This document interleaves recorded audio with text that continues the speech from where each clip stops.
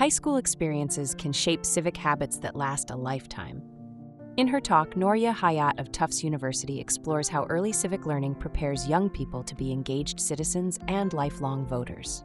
Using data from a survey of 18 to 34-year-olds conducted after the 2024 election about their experiences in high school, she shows that respondents who felt a sense of belonging and were able to express their opinions in school were more likely to feel confident participating in civic life.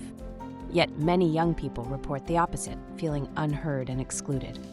Hayat emphasizes that civic development isn't just about what happens in the classroom. It's a whole school effort, where students learn democratic skills and values, are encouraged to express their opinions, and make collective decisions together. Welcome back, everyone. Earlier we heard about pluralistic civic learning. Next, we're going to learn from young people themselves. So let's come back to an initial point of what happens when young people get civic learning experiences earlier. We are coming off recent election cycles of 2022 and 2024, where we saw a dip in youth voter turnout after historic highs in 2018 and 2020. So now is a critical time to ask, what works to prepare young people to be lifelong voters and, more importantly, to be active and engaged citizens? One answer is to look at schools, to look at the importance of schools where young people learn about civic learning, but also about civic skills and dispositions, where they learn to use their voice and make collective decisions.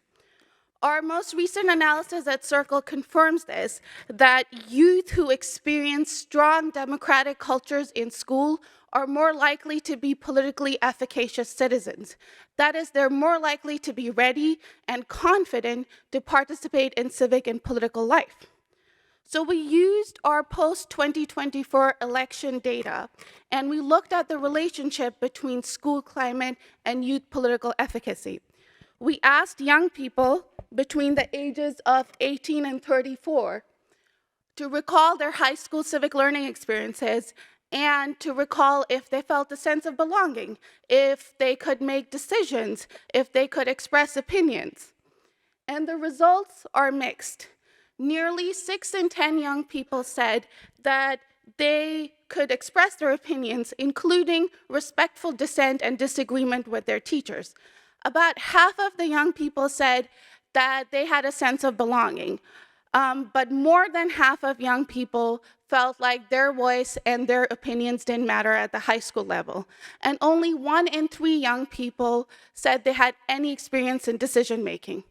That leaves tens and millions of young people who are not prepared with civic skills and dispositions to be ready for civic engagement.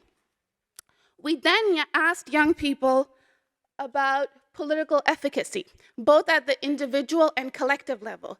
That is, do they feel ready and confident for political participation? Do they understand political issues? Do they understand voting, among other measures? Do they understand collectively that they can work with others in their society and solve problems and make collective decisions?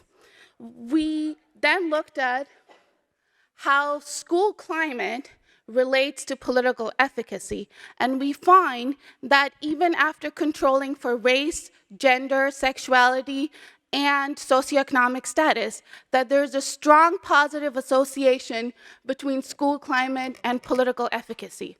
And as you can see, it's even stronger for collective efficacy. So then we wanted to look at a subset of school climate, a sense of belonging. Did young people feel like they were part of a community where people cared about each other? And we see that nearly half of young people felt that way. That leaves a lot of young people who didn't. And as you can see, there were stark differences for different groups of young people. Moreover, young people who felt like they had a sense of belonging, particularly in high school, where people cared about each other, made collective decisions, they were also more likely to say that civic and political participation is very important. And this was especially true to voting in local and national elections. So the research is clear. School climate, particularly a democratic school culture, is related to youth political efficacy. And a student's sense of belonging is related to their ideas of being a good citizen, particularly around voting. So we wanted to bring a call of action that civic learning and development isn't what just happens in the classroom, but it's a whole school effort where young people learn about democratic skills and values and dispositions, where they learn to express their opinions and make collective decisions together. Thank you.